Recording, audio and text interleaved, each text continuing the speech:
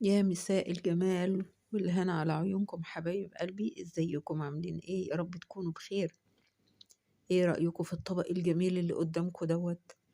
دي كنافة. كنافة شفتها بنفس المنظر دوت في محل بره، كان غالي التمن جدا. وقفت قدامها وفضلت اتفرج عليها وقلت لازم ارجع البيت وان شاء الله اجيب حاجتها كلها واصممها بنفس المنظر اللي انا شفته بيها. معلش، هو النور قطع عليا كذا مرة وأنا بصورها، فهتلاقوا في حبة مضلمين وحبة منورين. بس كانت خطيرة خطيرة خطيرة، والآخر لقمة فيها كانت ناشفة ما طريتش خالص. تعالوا نسمي بسم الله ونصلي على رسولنا الكريم عليه الصلاة والسلام. خدوا فكرة النهاردة ونفذوا بقى في رمضان، مش هنقول نفذوا في بكرة، نفذوا في رمضان إن شاء الله. جميلة وهتعجبكم جدا إن شاء الله. أنا معايا نص كيلو كنافة، طبعا جبته واشتريته حطيته في الفريزر. لما اتجمد خالص طلعته ودغدغته خالص بالسكينة، ولا حطيته في كبة ولا حاجة. وجبت مج سمنة، طبعا السمنة بلدي. طعم الكنافة ما بيظهرش أبدا أبدا أبدا إلا بالسمنة البلدي يا جماعة، حتى لو هتحطي نص ونص. طول ما سمنتها جميلة وريحتها جميلة، الكنافة بتطلع معاكي جميلة جدا. انا النص كيلو طبعا مش هاخده كله، لان الصينيه اللي معايا صغيره، انا مش هقدر اعملها في صينيه كبيره، لان طبعا مش هتطلع بنفس حجم الطبق اللي انا شفته. انا برسمها في قلب الصينيه. انا حطيت عليها مج سمنه سايح، غلفتها بيه كويس جدا، واربع معالق سكر بودره، وببتدي ارصها في قلب الصينيه.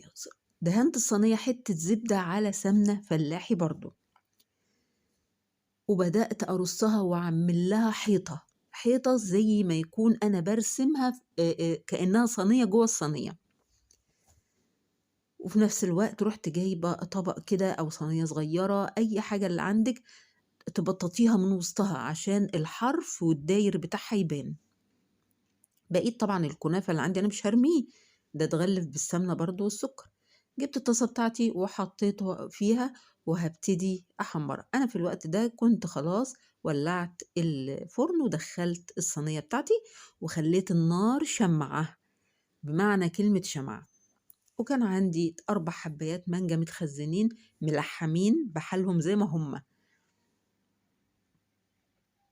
قشرتهم بمنتهى السرعة وببتدي أخرطها زي نص هلال، بنفس المنظر اللي أنا شفته في المحل بدون ذكر أسامي محلات. أهو التخريط اللي قدامكم دوت.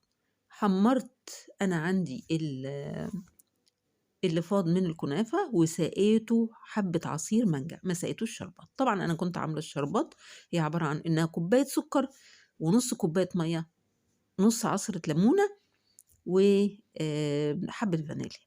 سبتهم طبعا وبيبقى الشربات بتاعها تخين. ديت سقيتها خلاص كوباية مانجا، عصير مانجا بس مش أكتر من كده.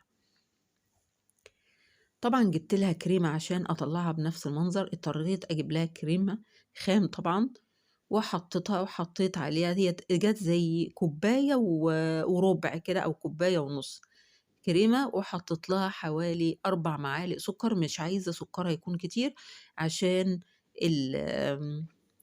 السكر طبعا اتسقى للكنافة عشان ما تجزعش الواحد.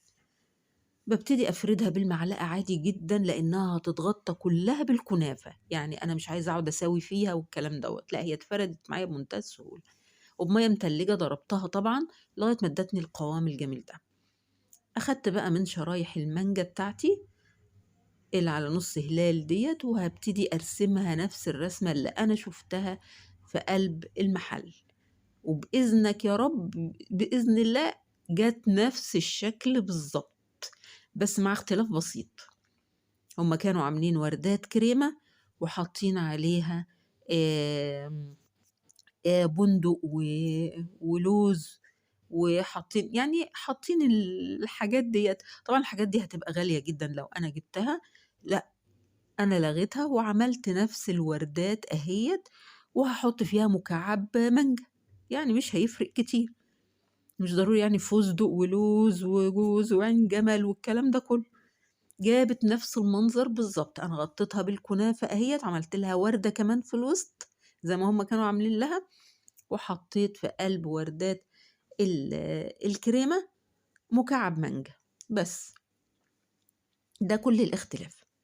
حبّة بقى الكنافة اللي فاضوا معايا عملت بيهم 3 كاسات حلوين، حطيت حبّة كنافة في الكاسات من تحت، وحطيت عليهم حبّة كريمة كده غطّوهم، وبعدين بارجع أحط عليهم تاني حبّة كنافة اللي فاضلين غطيتهم كده من على الوش، وبعدين حطيت عليهم إيه، مانجا، بس ما فيش أكتر من كده.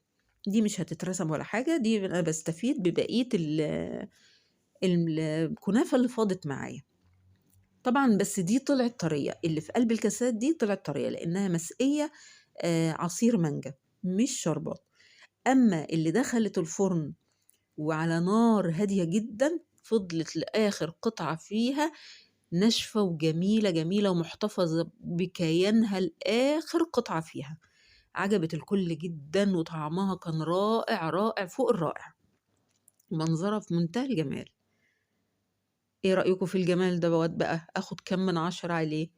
يا رب يكون عجبكم الفيديو، وإن شاء الله تجربوها في رمضان إذا عِشنا إن شاء الله، وتطلع معاكم أحلى ما أنا عملتها، ويا رب اللي يعجبه الفيديو كده يحط لي لايك جميل، وكومنت جميل، ويشترك في قناة المِسك لو عجبته قناة المِسك، وأكون فرحانة بوجوده معايا وينورني وينور قناة المِسك.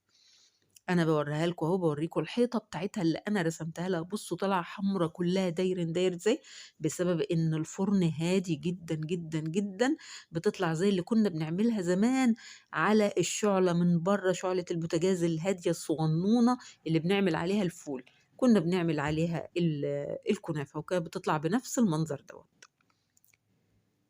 يا رب يكون عجبكم الفيديو، اللي يعجبه الفيديو بقى يحط اللايك الجميل ما ينساهوش، وأتشرف بوجوده في قناة المِسك، وأقول لكم السلام عليكم ورحمة الله، وكل سنة وأنتم طيبين وبخير يا رب العالمين، مع السلامة.